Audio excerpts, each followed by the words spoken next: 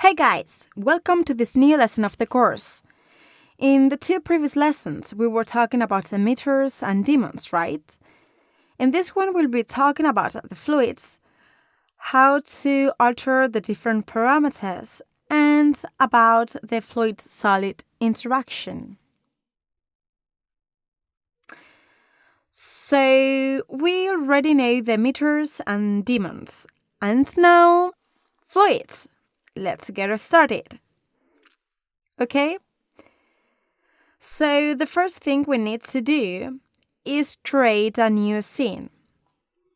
There it goes. And then add any emitter.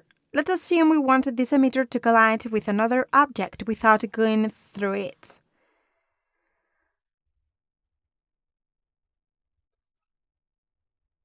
For this, we just need to add tags. Let's insert a cube, for instance.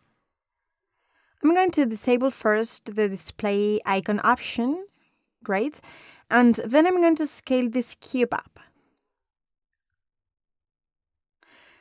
Then right-click on the cube element in the list, press Real Flow Tags and insert a collider tag.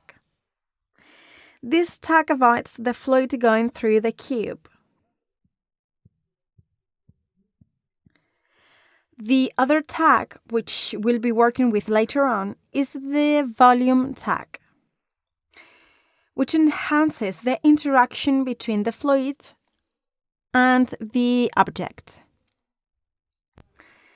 In the first tag, there are different parameters like the frictions.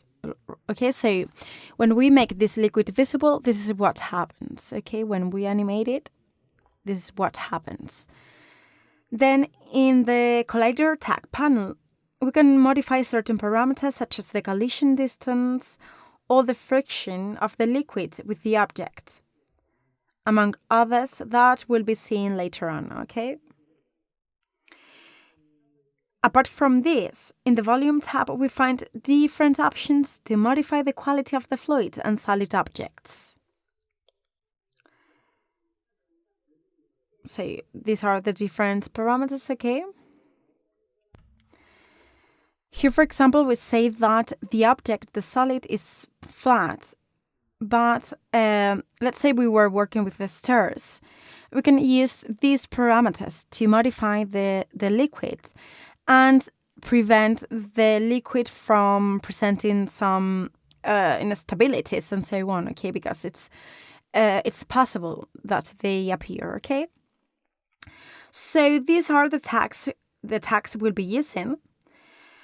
And, well, we're going to use the measure to improve the quality of the fluid as well. I know we haven't seen this property yet, so I'm going to explain it a little bit, okay? Here in the panel, we find the Measure tab, and if we click here, the Fluid tab. So if we go to the Measure tab, we'll be able to adjust the resolution of the fluid, which is low by default, but we can change it to medium for instance, okay?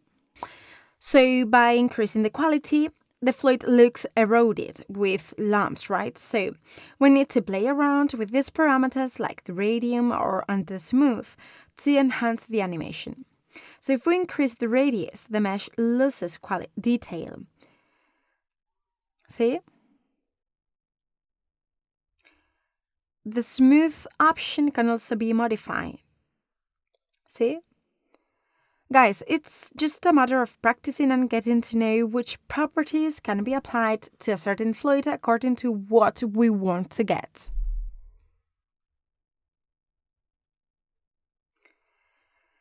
Other parameters we can alter are thinning and relax. Have a look at the animation. And apart from the measure, we can also find the fluid.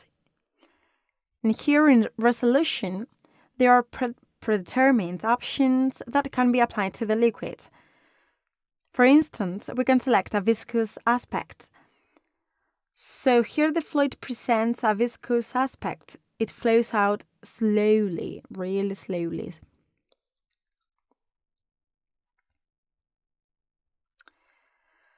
Obviously, depending on what you want to get, the parameters to modify will be also different. Other liquid type is the viscoelastic, which is similar to the previous one, but with different properties. Also, the liquid SPH, similar to the default one. Guys, take your time to explore the interface and the different options and to play around with each of them to see how they work. As I said, we'll go deeply into some of the parameters during the practical exercise. Okay, so we have the tags and the measure and fluid properties to determine the fluid's quality. Let's leave it here and see you in the next lesson. Bye!